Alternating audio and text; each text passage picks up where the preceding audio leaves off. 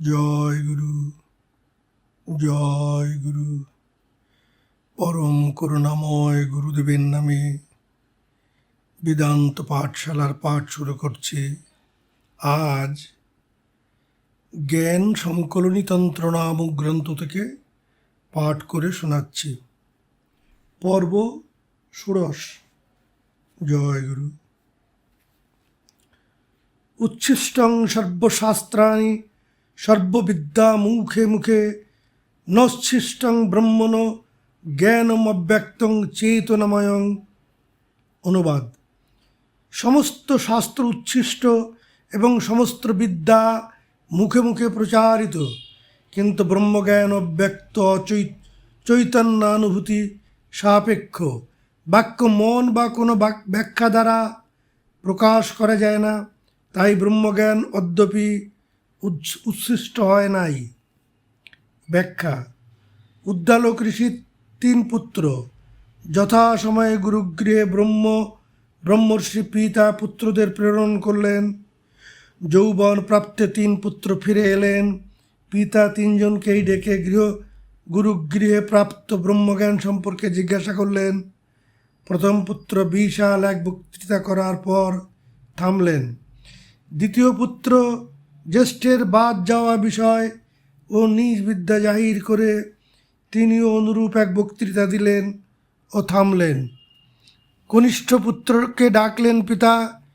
কনিষ্ঠ এই কয়দিন দাদাদের বক্তৃতা শুনছেন। পিতা আদেশে কনিষ্ঠ পুত্রের সামনে মাথা হেঁট করে দাঁড়ালেন। বহুক্ষণ পরে তিনি বললেন, পিতা, এমন কিছু উপমা, এমন কিছু কথা বা বক্তৃতা নেই যার দ্বারা তার স্বরূপ বর্ণনা করা যেতে পারে। পিতা খুবই খুশি হয়ে কনিষ্ঠকে বক্ষে ধারণ করলেন এবং প্রথম ও মধ্যম পুত্রদের বললেন, তোমাদের জ্ঞান অসম্পূর্ণ। উপনিষদেই বর্ণনা দেওয়া আছে। দেওয়ার অর্থ এই যে ব্রহ্মের স্বরূপ বর্ণনা করা অসম্ভব। তিনি বাক্য, মন ও বুদ্ধির অগোচর। সমুদ্রের জল যদি চামচ করে মাপা সম্ভব হয়, উপকূলস্থিত বেলাভূমির বালুকণাও যদি গণনা করা সম্ভব হয়, তবু পরব্রহ্মের স্বরূপ সম্পর্কে কিছুই বলা যায় না বা বলা সম্ভব নয়। একটা বৃহৎ বস্তু হলে তবেই অন্য এক বস্তুকে মাপা সম্ভব। এমন কোনো মেজারিং স্টিক আমাদের নাই যার দ্বারা ব্রহ্মের স্বরূপ বোঝানো যাবে। তাই ব্রহ্ম উচ্ছিষ্ট নয়। ঋষি যাজ্ঞবল্ক্য কয়েকদিন তার পুত্রকে বলছেন, এক হাঁড়ি জল ও পরিমাণ মতো লবণ নিয়ে এসো। লবণ জলের মধ্যে ঢেলে দাও, মাথার কাছে রেখে তুমি নিদ্রা যাও। পরদিন পুত্রকে উক্ত পাত্র আনতে বললেন। দেখো তো পাত্রস্থিত জলের মধ্যে লবণ দেখা যায়? উত্তর হলো না। তিনি পাত্রস্থিত জলের স্বাদ গ্রহণ করতে বললেন। যে স্বাদ থেকেই স্বাদ গ্রহণ করা হোক, লবণাক্ত হবেই। ব্রহ্ম সমগ্র জগৎ, সংসারে স্থাবর জঙ্গম, অণু পরমাণু সমস্ত কিছুর মধ্যে ওতপ্রোতভাবে বিরাজ করছেন। আলাদা করে তাকে চিন্তা করা যায় না। সাকার বিগ্রহ তিনি, নিরাকারও তিনি। তার সৃষ্ট জীবের মধ্যে তিনি প্রাণ রূপে বর্তমান। প্রকৃতপক্ষে তার কোনো রূপ নাই। তিনি সর্বগুণময়, সর্বদেবময়।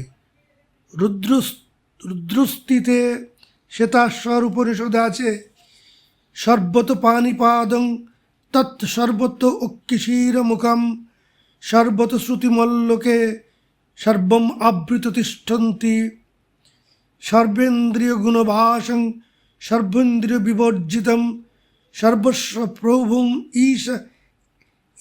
প্রভুম ঈশানং সর্বস্ব শরণং সুরিত। সাধারণ পরাকাষ্ঠায় যোগী নিজেই নিজেকে দেখেন। এই স্বরূপ ভিন্ন আর কোনো রূপ যোগীর দৃষ্টিগোচর হয় না। সর্বত্র এক মহান বিরাট আমিকে প্রত্যক্ষ করেন। যোগীর এটাই ব্রহ্মদর্শন। ডেফিনেশন যোগীগণ যা বুঝেছেন, তিনি সৎ চিৎ শক্তি যুক্ত চিন্ময় আনন্দ স্বরূপ।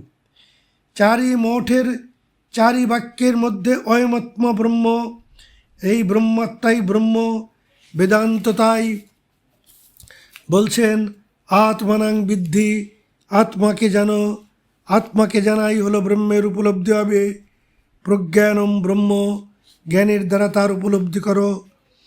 এই জ্ঞানই পরাজ্ঞান, পরাজ্ঞানী বিজ্ঞান, বিজ্ঞান প্রজ্ঞা রূপে প্রজ্ঞাতে স্থিত ব্যক্তি বিপ্র বা স্থিত প্রজ্ঞ। জয় গুরু। এরপরে এমন একটা ভাব আসে, আমি নাই, তুমি নাই, গুরু নাই, শিষ্য নাই, দেহ নাই, মন নাই, জগৎ নাই, সৃষ্টি নাই, ধ্বংস নাই।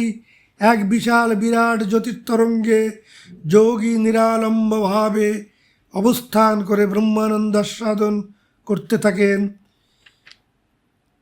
ফিরে এসে শুধু আনন্দ মাত্র অবশিষ্ট থাকে, তার রেশ থাকে বেশ কয়েকদিন। মহাপুরুষগণ একেই ব্রহ্ম উপলব্ধি বলেছেন। এর অতিরিক্ত আর কিছুই বলে লিখে বোঝানো যায় না। নুনের পুতুলের পক্ষে সাগরের জল মাপার মতো অবস্থা। অনেকেই এই অবস্থায় 21 দিন থেকে দেহ ছেড়ে দেন বা তার আগেও চলে যান। বলবে কে? একমাত্র যোগী জ্ঞানত নির্বিকল্পতে যেতে পারেন ও ফিরে এসে তার কিছু অভ্যাস মাত্র দিতে পারেন, আভাস মাত্র দিতে পারেন। তাও একান্ত অধিকারী শিষ্য ভিন্ন জানতে পারে না। আদ্যা প্রকৃতি সাধককে নিস্তরঙ্গ জ্যোতি সমুদ্র থেকে ফিরিয়ে আনেন জগতের কল্যাণের জন্য। ওই অবস্থায় যে আনন্দ, সেটি অব্যক্ত চেতনাময় অবস্থা। ন তপস্তপ ইত্যাহুর ব্রহ্মচর্যং তপোত্তমম ঊর্ধ্বরেতা ভবেজ্জস্তু সদেব ন তু মানসঃ ন ধ্যানম ইত্যাহুর শূন্যগতং মন তস্য ধ্যান প্রসাদেন সৌখ্যং মোক্ষং ন সংশয়। ব্রহ্মচর্যবিহীন কোনো তপস্যা নয়, শ্রেষ্ঠ তপস্যাই ব্রহ্মচর্য। যে সাধক ঊর্ধ্বরেতা, তিনি মানব দেহধারী হলেও দেবতা। সেই ধ্যানেই প্রকৃত ধ্যান, যার দ্বারা মনে শূন্য গতি লাভ হয়। শূন্য বা নিরাকার ধ্যানের প্রসাদেই সুখ ও মোক্ষ লাভ হবে, ইহাতে কোনো সংশয় নেই। ব্যাখ্যা: আমাদের প্রথমে জানতে হবে ব্রহ্মচর্য কী।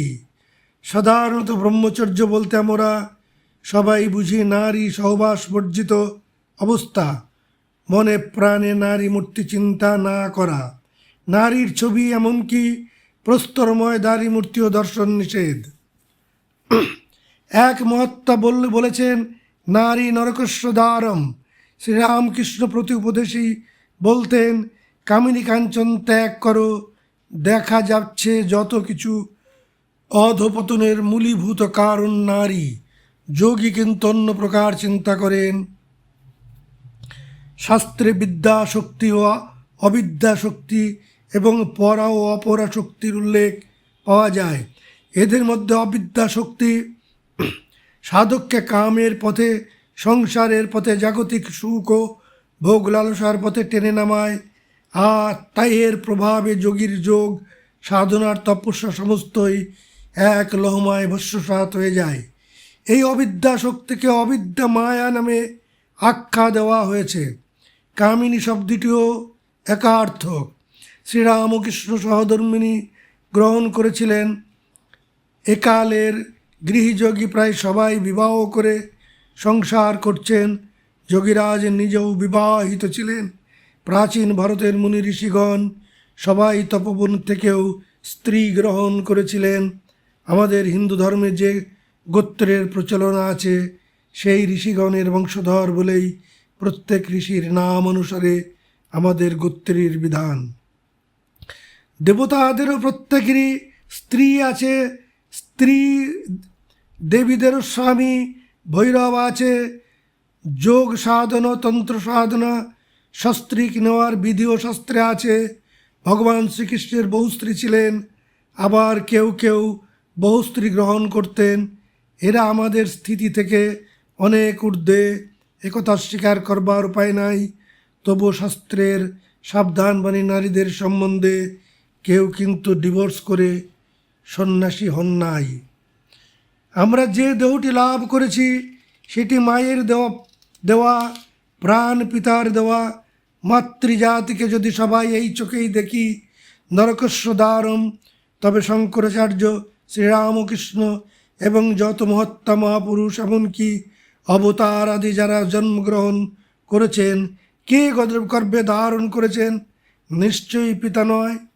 কোনো মাকেই তার গর্ভে পিতার দেওয়া বীজকে ধারণ করতে হয়েছে এবং কালে নবজাতককে পৃথিবীর আলো দেখাতে হয়েছে। এটাই তো সৃষ্টির লীলা, এইভাবেই তো জগৎ সৃষ্টি। আমি বহু হইব, এই অনিচ্ছার ইচ্ছা হতেই পরমেশ্বরের দেহ হতে প্রকৃতির সৃষ্টি, কারণ প্রকৃতি বিনা সৃষ্টিকে ধারণ করবে কে? পিতার তো গর্ভ হয় না।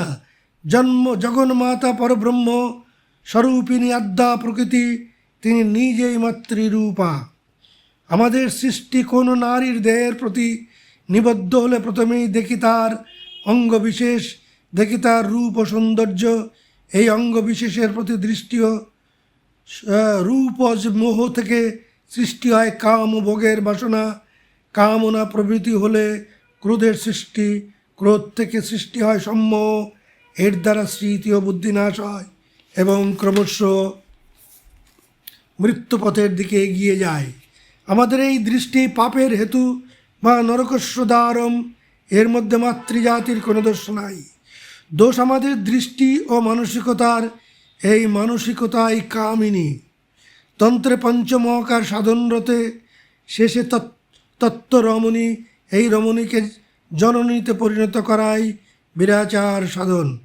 চণ্ডীও বলেছেন, স্ত্রীয় সমস্তা সকলা জগৎসু সমস্ত। নারীকেই মাতৃভাবে দেখলে এবং মনকে যদি আমরা প্রতিনিয়ত শাসন করি, তবেই বিদ্যাশক্তি বাদ্যাশক্তি যাই হোক না কেন, কাম ভাব নিয়ে নারী দেহের বিশ্লেষণ থেকে মন উঠে আসবে। যোগের একটা পর্যায়ে আছে খেচুরি সিদ্ধি।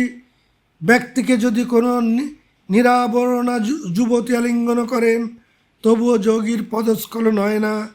যোগীরাজ বলতেন, জিহ্বা উঠনে से इंद्रिय दमन होता है। জিহ্বা উঠাই খেচুরি সাধন প্রক্রিয়া গুরুগম্য।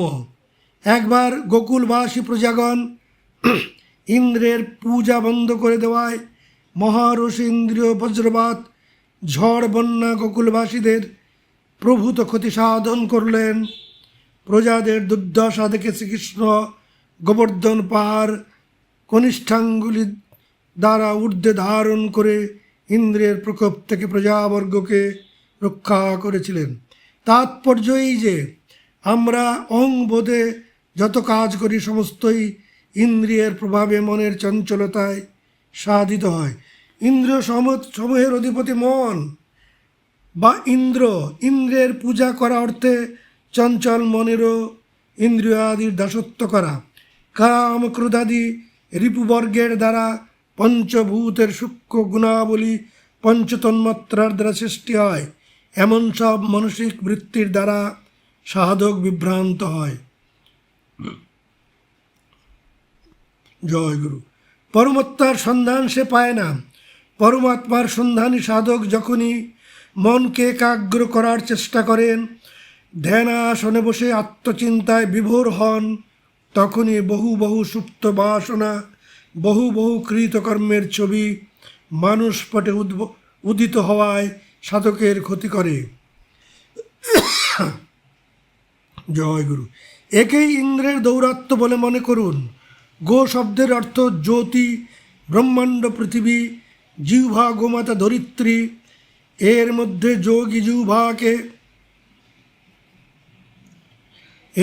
যোগী জিহ্বাকে ঊর্ধ্বে তালু করে খেচরি মুদ্রার সাহায্যে ধারণ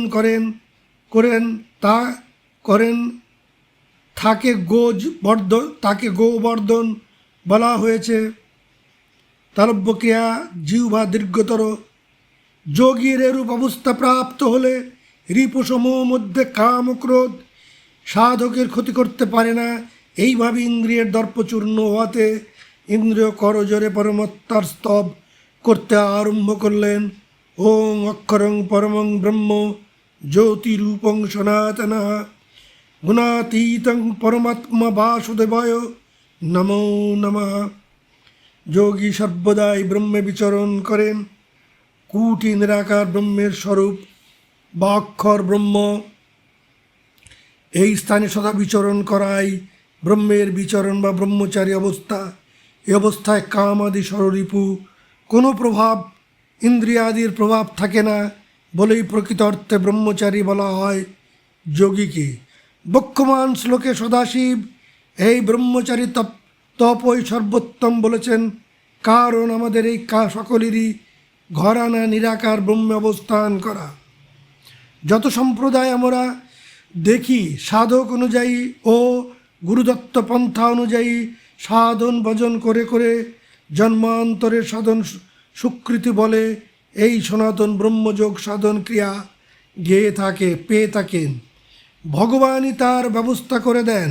অবশ্যই একটা কথা আছে, যদি ইতিমধ্যে সাধকের স্খলন বা পতন না হয় তবেই, নচেত আবার 2-4 জন্ম পিছিয়ে গেল। নদীসমূহ যেমন অবশভাবে সমুদ্রাভিমুখে ধাবিত হয়, তেমনি সমস্ত সাধনাই কালে ব্রহ্মযোগে বা ব্রহ্মচর্য তপতে মিলিত হয়। যে সাধক ঊর্ধ্বরেতা তিনি মানব দেহে ধারী হলেও দেবতা। আমাদের দেহে 5টি দেশ আছে। এই পঞ্চদেশের 5 জন রাজা আছেন।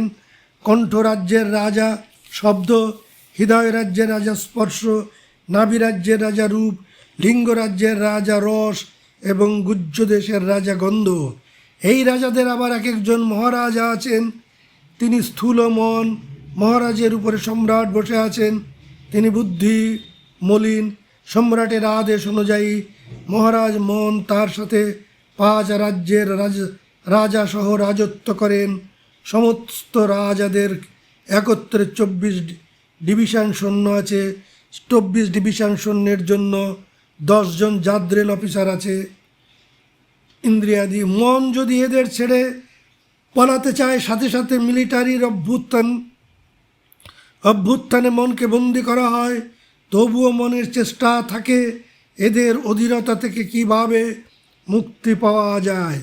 মনের অবশ্য একটা ব্রহ্মাস্ত্র আছে, তা কেউ জানে না, সেটি প্রাণায়াম। এই প্রাণায়াম সাধন সহযোগে মন কুণ্ডলিনীর সাথে একীভূত হয়ে ঊর্ধ্বগামী হয়। এক এক দেশ জয় করে সম্রাটকেও পরাজিত করে মন নিরালম্বভাবে কুটে গিয়ে হাজির হয়। এই হাজির হওয়ায় উদ্ধব, অর্থে ঊর্ধ্বে, হব অর্থে যুদ্ধ। 24 তত্ত্বের সাথে যুদ্ধে জয়ী হয়ে ঊর্ধ্বে আসীন হওয়ায় ঊর্ধ্বরেতা অবস্থা। রেত অর্থে বীর্য, বীর্য অর্থে শক্তি, শক্তি অর্থে কুলকুণ্ডলিনী শক্তি, যার অবস্থান মূলাধারে। ঊর্ধ্বরেতাই ব্রহ্মযোগ সাধন, ঊর্ধ্বরেতাই কূটস্থিতি, ঊর্ধ্বরেতাই ব্রহ্মচারী বা বিপরীত রতাতুরাম। ধ্যান অর্থে আমরা দেবতা রূপের বর্ণনাযুক্ত কিছু সংস্কৃত কথা উচ্চারণ করে অর্থ বুঝে দেবতাদের রূপ মনে চিন্তা করি। সামান্য কিছুক্ষণ চিন্তা করেই পূজা অঙ্গের অন্যান্য ক্রিয়ানুষ্ঠান আরম্ভ করি। শাস্ত্র কিন্তু অন্য ধ্যানের কথা বলেছেন। ধ্যান হচ্ছে মনের নিরালম্ব গতি বা গতিশূন্য অবলম্বনহীন একটি ভাসমান অবস্থা, অনেক দূরস্থ অবস্থা। প্রাণায়াম ব্যতীত কখনো এই রূপ অবস্থা হয় না। ধ্যান অবস্থায় যোগারূঢ় অবস্থা। সাধক সর্বদাই কুটস্থ ব্রহ্মে আরূঢ় হয়ে থাকেন। শাস্ত্রজ্ঞ এই ধ্যান অবস্থা সম্পর্কে নিরুত্তর তন্ত্র যে হিসাব দিয়েছেন সেটি আলোচনা করা যাক। জয় গুরু, জয় গুরু।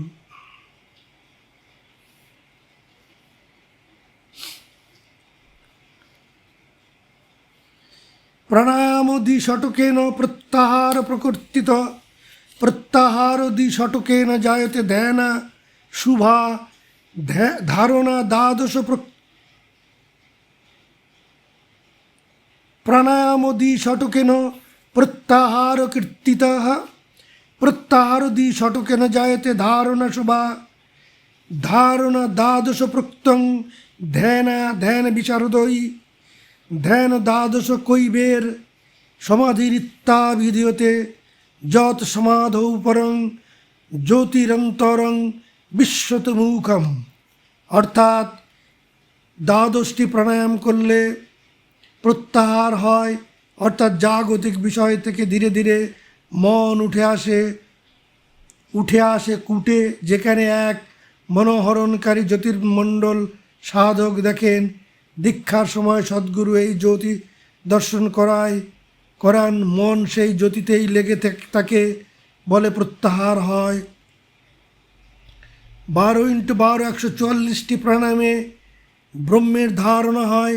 144x12 1728 প্রাণায়ামে ধ্যান হয়। এই সময় সর্বদাই সাধক চিদা আকাশে জ্যোতি সমুদ্রের মধ্যে অবগাহন করেন, আর নামতে ইচ্ছা করে না। সংসারের কাজকর্ম খসে যায় বা হতে থাকে অবশ বিবশভাবে। 1708x12 20,736 প্রাণায়ামে সমাধি হয়। এই অবস্থায় অজপারোধ হয়, শ্বাসের গতি নিরুদ্ধ হয়, ব্রহ্ম সাযুজ্য লাভ সাধক লাভ করে ব্রহ্মানন্দে মগ্ন থাকেন।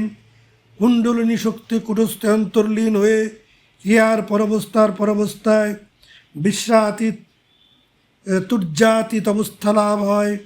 একেই যোগারূঢ় অবস্থা বলে। ধ্যান দুই প্রকার।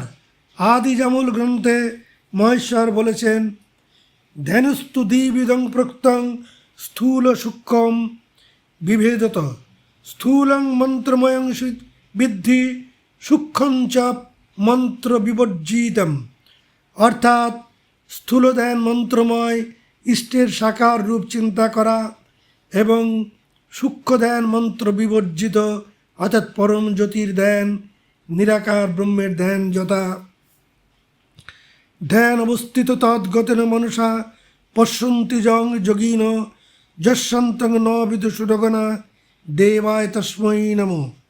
আদি অন্তহীন মহাজ্যোতি অখণ্ড অনন্ত জ্যোতি, যা কিনা ধ্যান অবস্থায় যোগী দর্শন করেন, যাকে দেবতারাও জানতে পারেন না, সেই জ্যোতি ভর্গদেব নারায়ণ সর্বলোকেশ্বর, তাকে প্রণাম করি। মন বুদ্ধি অহংকার চিত্ত এই চারই বস্তু নিয়েই অন্তঃকরণ তামসিক রাজসিক ও সাত্ত্বিক তিন ভাবে বিদ্যমান। পূর্বাপর সংস্কার বসে জীব এই তিন ভাবে ভাবিত হয়ে জন্মগ্রহণ করেন। মন্ত্র সাধনার ক্ষেত্রেও তামসিক রাজসিক ও সাত্ত্বিক ভাব চারই অন্তঃকরণের দ্বারা প্রভাবিত হয়। ক্রমোন্নতির পথে সবাই সাত্ত্বিক অন্তঃকরণ একদিন পাবেই। তন্ত্রের পরাবস্থায় যোগ সাধন, যাকে আমরা দিব্যাচার সাধন বা সূক্ষ্ম সাত্ত্বিক ভাব বলি, যথা রুদ্রজামল গ্রন্থে। যোগমার্গম কৌলমার্গম একক্রমম প্রভু যোগী ভূত্তা কুলং ধত্তা সর্বসিদ্ধিশ্বর ভবেত। জয় গুরু, জয় গুরু। অর্থাৎ যোগ সাধন ও কুলাচার সাধন একই প্রকার, কারণ কৌল ব্যক্তি যথার্থ যোগী পথবাচ্য। তিনি যোগমার্গ অবলম্বন করে কুল কুণ্ডলিনীকে ঊর্ধ্বগামী করার চেষ্টা করেন ও পরিণামে সমস্ত সিদ্ধির অধিকারী হতে পারেন। আগে আলোচনা হয়েছে যোগের পূর্বার্ধই প্রচলিত তন্ত্র সাধন, যার মধ্যে রামের বোতলি প্রধান এবং যার আসক্তিতেই পবিত্র তন্ত্রমার্গ জনমানুষে বিরূপ প্রতিক্রিয়া সৃষ্টি করেছে। জয় গুরু। পরিপূর্ণ নিরাসক্তভাবে যোগাশ্রিত তন্ত্র সাধনী উত্তরার্ধ সাধন যা কিনা আজও কতপয় সদ্গুরুর মুখে বর্তমান। দিব্যাচারী এই তন্ত্র সাধকগণ শিব স্বরূপ আন্তর সাধনের দ্বারা গ্রন্থিত্রয় মোচন করে ক্রমে শিবত্বে উপনীত হতে হয়। তখনই বলা যায় তারা মা আমার আশ্চর্য ভৈরবী। এই অবস্থাপন্ন সাধকী ভৈরব্বা চক্রেশ্বর। কুটস্থ চক্রে তিনি অবস্থান করেন শিব স্বরূপে। কুটস্থে বিচরণকারী যোগী খরব্রহ্মের অতীত অবস্থায় অবস্থান করেন। খরব্রহ্মই প্রকৃতি রূপে 3 গুণের দ্বারা জগৎ মোহিত করেন। 3 গুণের পরে যাওয়াই শিবত্ব প্রাপ্তি। এই রূপ অবস্থাপন্ন সাধকী স্বামী প্রভু ভৈরব চক্রেশ্বর বা মহন্ত পদবাচ্য বা প্রকৃতির ঊর্ধ্বে অবস্থানকারী যোগী। মাথা ন্যাড়া ও ছাপানো কাপড় দেখলেই যে সবাই স্বামী হয়েছেন এমন নয়, কিন্তু এটি মনে রাখবেন এদের অশ্রদ্ধা করার মনোভাবও যেন পাঠকের না আসে। গোস্বামী অর্থে গণের স্বামী বা প্রভু। গো অর্থে ইন্দ্রিয়কে বোঝায়। তার ঊর্ধ্বে যার অবস্থান তিনিই গোস্বামী। গুণাতীত অবস্থায় গোস্বামী। সবই একার্থক প্রকৃতির ঊর্ধ্বে তিনি বিচার্য। চঞ্চল প্রকৃতি শান্ত হয়ে সাধকের অনুগামী হন বলেই তিনি ভৈরব। তন্ত্রের সূক্ষ্মাতি সূক্ষ্ম ব্যাখ্যায় এখানে আলোচিত হওয়ার অবকাশ নেই। সিদ্ধতন্ত্র যোগী সাধকের কাছে জেনে নেবেন। শূন্য নিরাকার ধ্যানই অভিপ্রেত। আমরা বা দেবদেবীগণ সবাই জ্যোতি থেকে এসেছি, আবার সেই জ্যোতিতেই ফিরে যাব। ফিরে যাওয়াই সুখ ও মোক্ষের একমাত্র কারণ। জয় গুরু, জয় গুরু, জয় যোগীরাজ, জয় যোগীরাজ।